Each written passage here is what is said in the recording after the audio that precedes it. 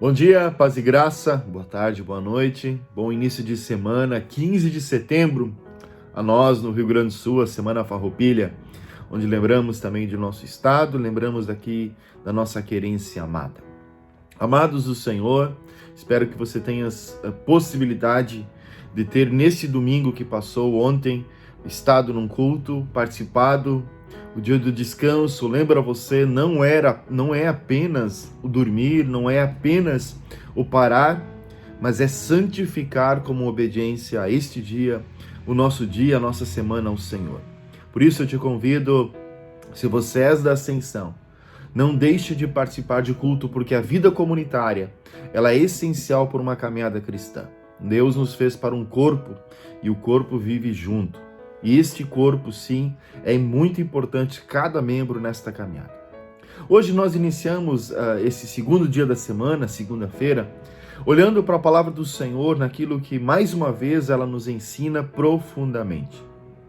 Estamos lendo ainda os ais do livro de Isaías, quando vai falar de muitos ais. E hoje o texto me chamou aos olhos alguns versículos desses textos, os ais sobre a cidade de Davi, e diz lá no versículo do capítulo 29 de Isaías, versículo 13, o Senhor diz o seguinte: esse povo se aproxima de mim com a boca e me honra com os lábios, mas o seu coração está longe de mim. Muitas vezes é muito mais fácil falar de Deus do que viver com Deus. É muito mais fácil falar da fé do que viver com fé. E isso também vem à minha vida no dia de hoje, pensar sobre como estou vivendo isso. E lá no versículo 16 do mesmo capítulo, traz um cenário muito interessante, e não quero ser tendencioso a nenhum lado, mas olhando para o cenário mundial brasileiro, ele diz o seguinte: vocês viram as coisas pelo avesso, como se fosse possível imaginar que o oleiro é igual ao barro. Acaso o objeto formado pode dizer àquele que o formou: ele não me fez? E o vaso poderá dizer do oleiro: ele nada sabe? Muito interessante essa colocação, mudar as coisas do avesso. E isso muitas vezes nós temos feito. Quantas vezes nós distorcemos as palavras que recebemos? Nós distorcemos aquilo que alguém compartilhou e nós fizemos uma fofoca com as coisas distorcidas. Que cuidamos para nós não ser esse povo que faça isso. É uma vigia para mim e para você.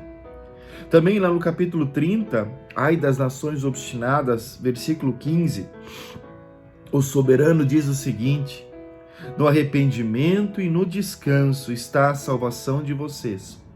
Na quietude e na confiança está o seu vigor. Mas vocês não quiseram. Oh Senhor, no arrependimento e no descanso está a salvação de vocês. Que Deus tenha misericórdia de nós. Quando eu vou ler lá hoje, 2 Coríntios capítulo 3, nós vamos ver o ministério da glória da nova aliança, e olhando para tudo isso, Paulo nos convida a viver com uma nova aliança, ministros dessa nova aliança, pessoas que proclamam a graça do Senhor Deus. E lembrando um pouquinho do versículo de ontem, lá em 2 Coríntios capítulo 2, versículo 14 e 15, diz o seguinte: mas a graça de Deus, que sempre nos conduz vitoriosamente em Cristo, e por nosso intermédio exala em todo lugar a fragrância do seu conhecimento. Porque para com Deus somos o aroma de Cristo entre os que estão sendo salvos e os que estão perecendo. Para esse cheiro de morte, para aqueles a fragrância da vida. Quando olhamos para Isaías e olhamos para 2 Coríntios, num convite a uma nova aliança, é um convite a olhar para Cristo. Martinho Lutero dizia que a única coisa boa que a gente sabe fazer é feder. E é verdade, desculpa te trazer essa noção. Se nós não tomamos banhos, o nosso corpo fede. Então nós precisamos da água, do sabão, para ficarmos limpos. Nós precisamos da água do Espírito para sermos limpos todos os dias, lembrarmos do batismo, de quem nós somos lavados, feitos filhos de Deus. Lembrar-nos e precisar, sim, colocar o nosso arrependimento perante Deus, pedindo misericórdia. E com isso que Deus possa nos trazer o bom perfume, a sua fragrância, de vida para os que têm vida e também será de morte para aqueles que não aceitarem. Que eu e você, ao iniciar dessa semana, possamos exalar o bom perfume de Cristo Jesus. Podemos usar os perfumes mais caros deste mundo, e esse não é o perfume que Jesus está falando. O perfume mais caro é a salvação, o sangue derramado naquela cruz, para nos redimir de todo o nosso pecado e de nossa culpa, e de nos fazer embaixadores do reino celestial. Que essa nova aliança em Cristo esteja contigo e comigo hoje e sempre, em nome de Jesus. Um abraço, fique na paz do Senhor. Amém.